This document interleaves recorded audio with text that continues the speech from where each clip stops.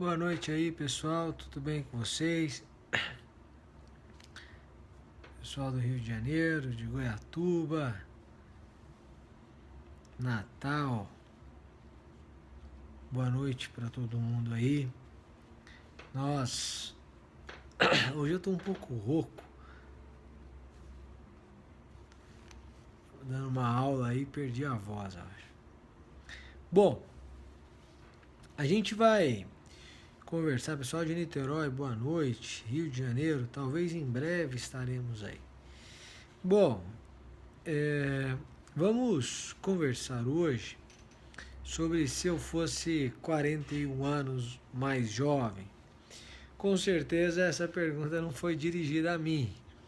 Essa, ainda sobre aquela entrevista que o Jim Collins faz ao Jorge Paulo Lemann, ele disse: se você hoje tem 76 anos, se você tivesse 35, fosse 41 anos mais jovem, que conselhos ou que conselho você daria a si mesmo? E depois de algum tempo pensando, Jorge Paulo diz o seguinte: eu diria a mim mesmo hoje, se eu tivesse 35 anos, pense a longo prazo. Se eu pudesse voltar no tempo, eu teria tomado decisões pensando mais a longo prazo. No início da minha vida, eu tomei várias decisões pensando a curto prazo, imediatista. Eu queria terminar Harvard muito rápido, eu queria ganhar dinheiro muito rápido, e se eu pudesse voltar no tempo, eu me daria esse conselho. Com certeza você já ouviu esse conselho, pensar a longo prazo. Mas a gente ouve um conselho como esse e muitas vezes não aplica ao cotidiano. E essa é a ideia e a reflexão que eu quero trazer para você hoje. Como você tem aplicado essa máxima de pensar a longo prazo no seu cotidiano? Quando você adota esse pensamento a longo prazo como um estilo de vida, isso tem que mudar seu cotidiano. Quando toca o alarme 6 horas da manhã e você está em dúvida se você dorme ou se você se levanta para estudar, essa filosofia tem que estar intrincada, tem que fazer parte da sua vida, porque nesse momento você se levanta. Por quê? Porque você pensa a longo prazo. Se você puder escrever uma frase para você ler quando você acordar, uma dessas frases tem que ser essa: pense a longo prazo. Quando você está com preguiça assistindo televisão e você não sabe se você continua assistindo televisão ou se você vai à academia ou vai praticar um exercício físico, o que define a sua decisão neste momento talvez seja essa filosofia: pense a longo prazo. Abílio Diniz vai dizer que ele tem estudado muito sobre longevidade. E ele diz o seguinte: a verdade é que você decide aos 40, aos 30, aos 20, como é que você quer chegar aos 60, aos 70, como é que você quer subir as escadas aos 70 anos. E, portanto, pensar a longo prazo ajuda você nessa decisão. Se você vai continuar assistindo televisão e comendo Ruffles, ou se você vai se levantar, ir para a academia e tomar um açaí, alguma coisa nesse sentido. Pensar a longo prazo tem que mudar o seu cotidiano, inclusive nas relações. Você decide, por vezes, se você vai ser fiel ou infiel em um relacionamento com base nessa filosofia. Você está querendo construir uma história de vida, e se você quer construir uma história de vida com cumplicidade, você tem que ser fiel. E, portanto, isso vai ter implicações na sua decisão do cotidiano. A primeira ideia que eu quero a trazer para você hoje é que essa máxima que você já ouviu várias e várias vezes, que é pense a longo prazo, tem que trazer implicações para o seu cotidiano. E além de mudar decisões do cotidiano, mudar a sua rotina e trazer implicações à sua vida prática, essa filosofia ou essa máxima do pensamento a longo prazo tem que guiar decisões também a médio prazo.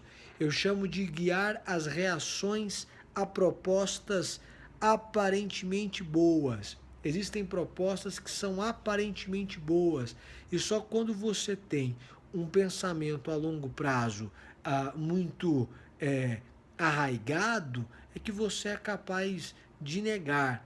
Por exemplo, uma viagem de graça. Já te convidaram para viajar de graça para algum lugar? Já me convidaram. Um amigo já me convidou, um amigo da minha cidade, para ir para Camboriú com a família dele toda. E aí eu iria de graça. Mas eu neguei, porque eu tinha que estudar na época. Eu tinha um concurso próximo. E a verdade é que a viagem era de graça. E então era uma proposta aparentemente boa, mas eu tinha um pensamento a longo prazo mais arraigado, mais forte do que isso. Nunca te convidaram para uma viagem de graça? Aí, ó, viu? Deixa eu ver, tem que saber quais amigos podem ser melhores amigos, né? Às vezes seus amigos estão muito pão duros aí, viu? Pode reclamar com eles aí. Mas acontece. Outra coisa de uma proposta aparentemente boa é o emprego um pouco melhor, mas que vai demandar muito mais esforço. Às vezes você está fazendo um mestrado e surge uma oportunidade aí de uma função, né? Você vai exercer uma função, ou você é servidor público e uma função foi oferecida a você, mas você está estudando, você quer ser promotor de justiça. E essa função que foi oferecida significa uma ascensão dentro do quadro ali, mas ela te distancia de um objetivo maior, que é ser promotor de justiça, quer ser juiz, por exemplo, fazer o mestrado, que você não vai conseguir fazer se assumir essa posição. O que você precisa fazer é ter arraigado esse pensamento a longo prazo, porque quando você pensa a longo prazo e pensa bem, você consegue recusar propostas, inclusive aparentemente boas. E isso é importante para você. Tá travando aí, gente? Tá travando ou não? Então tá bom. Vou continuar. Bom, pessoal, qual é a conclusão da ideia de hoje? É que você tem que trazer para o mundo prático essa máxima de pensar a longo prazo, que essa máxima vai trazer implicações para a sua rotina, as decisões rotineiras, e também para que você possa recusar propostas aparentemente boas.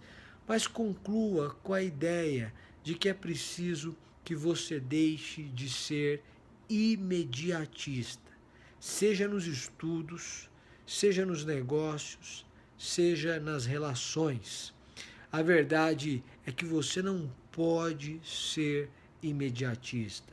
Quando você vê que o próprio Jorge Paulo disse, se eu pudesse voltar 41 anos atrás, eu diria para mim, pense mais a longo prazo. Pense mais a longo prazo é que a história de uma vida bem-sucedida, e parece-me isso a partir dessas constatações, ela exige que você tenha uma ousadia responsável, que você corra riscos conscientes, que você pense mais a longo prazo.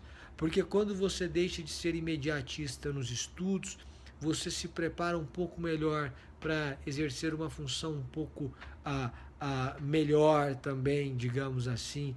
Você vai fazer mestrado numa instituição um pouco melhor, já que você estuda um pouco mais. Quando você é menos imediatista nos negócios, você tem um pouco mais de paciência, você consegue se dedicar mais a despeito de não estar vendo um resultado exatamente naquele momento, porque você está pensando mais a longo prazo.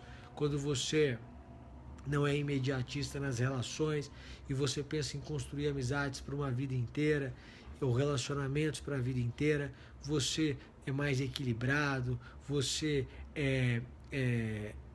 aprende a tolerar um pouco mais as diferenças que existem entre os seres humanos e, portanto, você é um pouco mais compreensivo, é muito mais amigo, porque você não é rápido em irar-se. Isso inclusive é bíblico, né? Que sejamos tardios em irar-nos.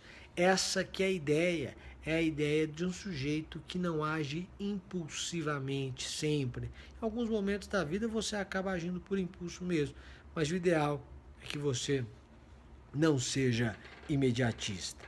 Bom, esse era o papo de hoje, essa era a nossa conversa para hoje. E amanhã estaremos aqui de novo, se Deus permitir. É isso que eu queria conversar com vocês hoje. Uma boa noite para todo mundo aí e até mais. Tchau, tchau, gente.